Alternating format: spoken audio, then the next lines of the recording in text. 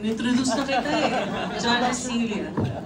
Akin na lang itong mic na kasi may buo ka, wala nang kukuha. Anyway, I'm sorry. Good evening po sa inyong lahat. And, well, nakita niyo naman siguro, I am so proud to be part of this cast. Kasi sobrang na-inlove ako sa lahat, sa buong cast. Especially sa Kim Pao. Yeah. Naku, baka may magalit po sa akin. Ano lang po ito na-inlove ako kay Joshua Padilla. I mean, ano pa? Isa sa Conrad as a character, yes. Kasi sobrang Joshua Padilla is not just the hindi lang siya yung divine diva music industry, pero she's one of the best actresses we have in entertainment industry. So talagang sobrang para sa akin kasi dream ka. Magandang gabi sa inyo lahat. Maraming salamat sa pagpunta ninyo. At sana na-enjoy niyo yung first episode namin. Tulad ng sabi nila, patikim pa lang ito.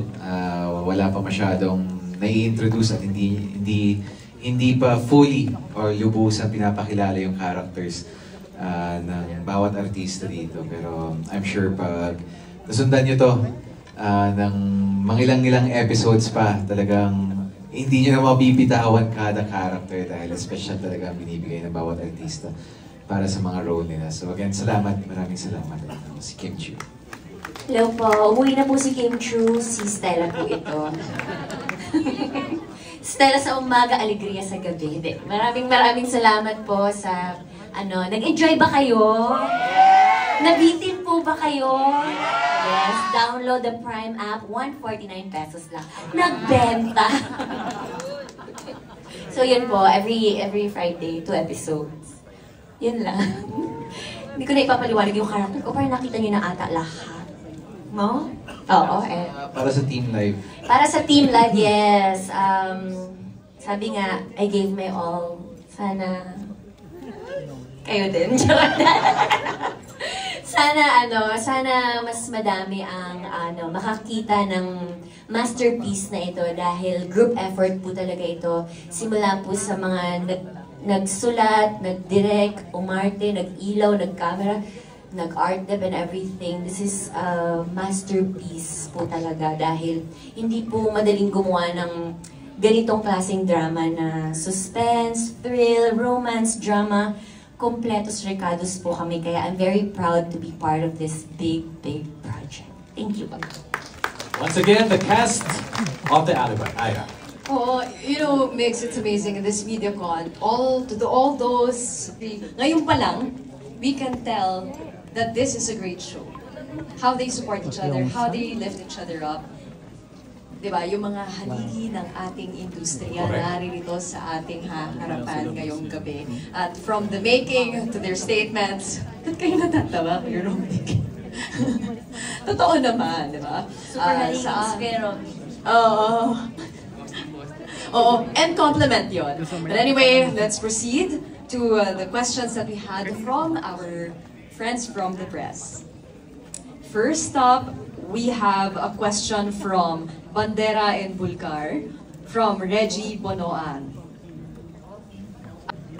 At ang tanong ay, magandang gabi Kim, base sa teaser ng Alibi, ay nagpakita ka ng skin. Babasahin ko lang po siya. As is po ito as is po So interpreter lang ako, papayag dito.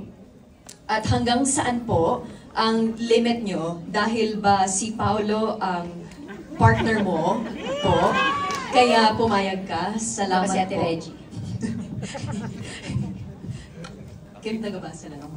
Sige, siguro naman as a 35 years old woman.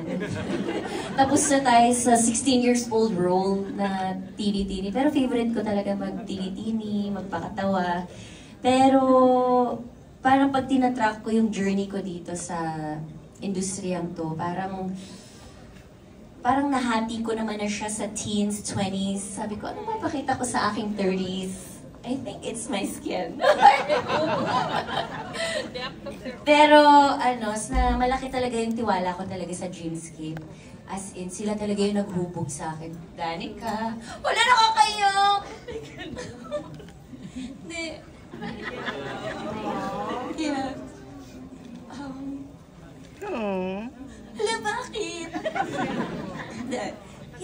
siya ginawa as its artistic way. Medyo mahirap na gawin, pero ba't ako naiyak? Gusto ko lang magpakita ng bago at sa mga nagsasabing hindi ako marunong sa ganitong klaseng role. Ito na yun.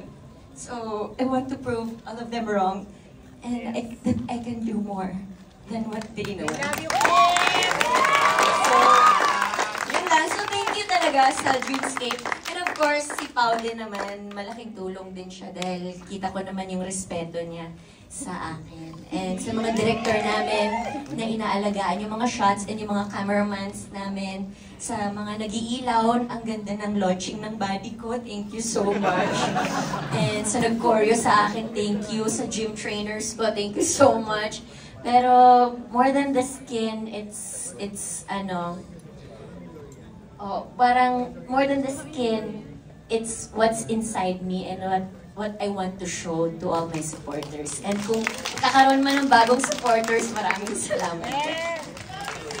Thank you, Kim. Actually, follow-up question dito for Pao. Reaction, just following up from this question from Reggie Punoan.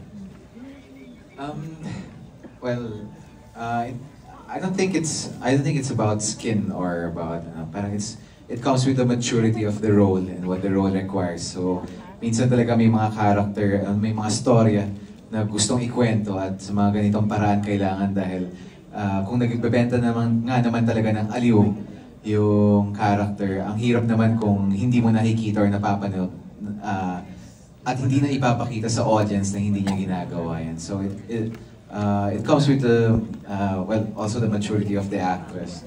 Pero mas character-driven po ito. At kami po dito ay very loyal and very dedicated. How do I call it? Dedicated. Yung dedikasyon na binibigay namin sa character namin ay purely for our character. At yun nga, hindi niya totally hindi ko nadadagdagan.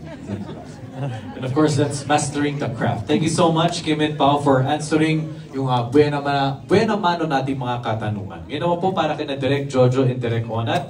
Direk Jojo, ang inyong pong question is from social media. You also directed Kim Pao for Ninlang. For the Alibay, mas daring ang roles nila. How did you guide them for sexy and challenging scenes? At yung nag-workshop po ba si Kim for her role as an escort? Video kasi. With the question, hindi naman siya, nasabi nga nila, it's for the maturity of the character kasi yun yung... Kaya ako na yun ang choreo. Joke! You lived through her. Oh, yeah. It was my fantasy, actually. Hindi, parang alter ego kaya. Hindi, pero nung na-schedule, parang we talked with my DOP, the Kim Pao, tapos yung nandun din si Carlina, si BUH. Makikita mo yung maturity kasi sabi ko, eto yan, ganyan. May mga reaction si Kim na, talaga ba? Ganyan. Pero she did it very well. Ang galing-galing talaga ng pagkakagawa. It's very different from Ninlang. Hey, Direk Onat, based on the trailer, very intense and high emotions ang mga scenes. Can we still expect kilig scenes? One thing I discovered sa unang sampak pa lang sa show na to, nung makita ko magkasama on screen yung dalawa, yung kilig talaga from Kim Pao is very innate, organic, hindi siya tinatrabaho. In fact, unang isa na pala ginawa ko sinabi ko kay Pao mismo, hindi nang chemistry niya, wala pa kayong ginagawa, pero naramdaman ko agad yung meron something. So, expect that you would really root for the couple. Kasi built-in naman talaga sa ng dalawa yun. So, yung kilig naman na makukuha nyo dito is not so much a fan-servicing kilig. Everything is done in the service of the story. At malalaman nyo kung bakit, even within the excitement, the high drama and action, bakit lahat kayo mag-root pa rin dun sa dalawang characters to end up together. And I think that's the most rewarding. Thank you, Direx. of that. Ngayon naman, galing kay Jay of Certified Kapamilya.